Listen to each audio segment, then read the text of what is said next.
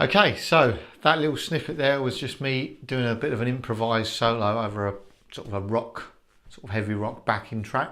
Just gives you a little insight into the kind of things you're going to be getting and playing along to, and I'm going to give you when you come along for lessons.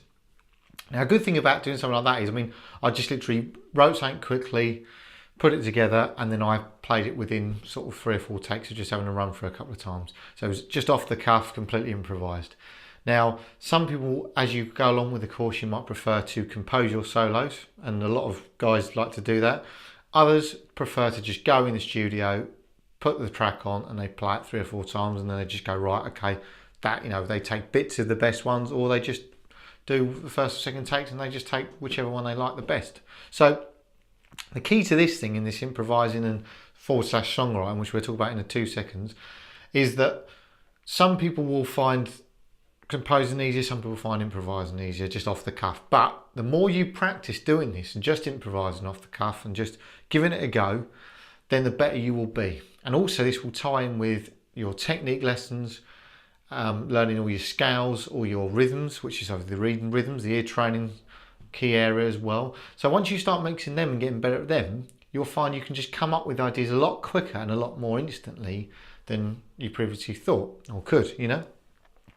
So I mean, things like that, you know, that I was just using there, all I was using was the minor pentatonic and the minor scale, all in the key of E. And then I used a little bit of sort of, I was thinking more sort of G major as well, but still resolving to the note of E. So you're using your theory there as well. And some of you might have got lost by what I've said there, but you have like an E minor is a relative minor to G major. So you can use the 2 scales. As long as you land on the strong notes of the chords that you're playing over, then you'll be fine. So that's your improvising. You know, there's not, you know, there's quite a lot to it.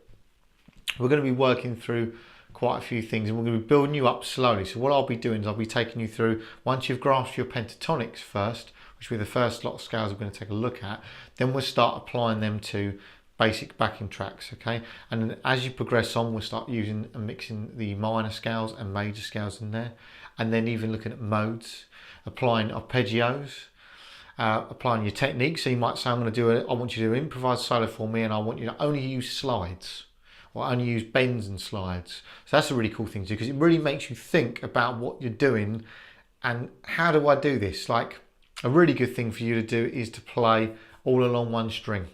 That's a fantastic thing to do. And just play on that one string.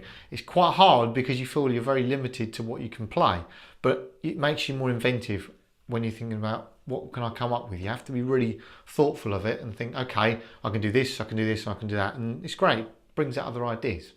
Okay, so that's the improvising side. That's going to be built up, and that's not going to come in straight away through the course. So I'm going to bring that in gradually as you obviously progress through your technique area and work on your scales. The other side of this key area, this final one, this 5th one, is encouraging people to learn how to songwrite and come up with riffs and make up their own songs. Now, a lot of people are quite shy about this. They, you know, if you ask students, I've asked students previously in the past to go away and in the next week bring me back something that they've written. It doesn't have to be long, it could be 30 seconds worth of music. And people always stare at you and think, what? I can't write something. Oh, I don't know what I'm doing. You know, there's that sort of shock horror on their face when you ask them to write something, even if you give them the chords. And this is the thing that I'm going to do. This is a good thing, exercise for you to do. Now, most people, I'll encourage you to just go away and write things in your own time when you feel comfortable doing it. But I will also set little tasks for all students to go away with, say, 4 chords and try and write something. I'll give you chords that work together, and then we'll look into why they work together. Obviously the theory side, that's the other area.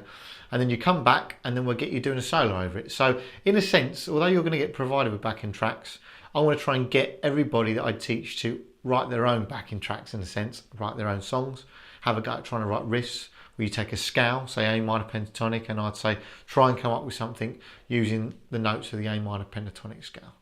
And it really gets you thinking, because you have to think about it.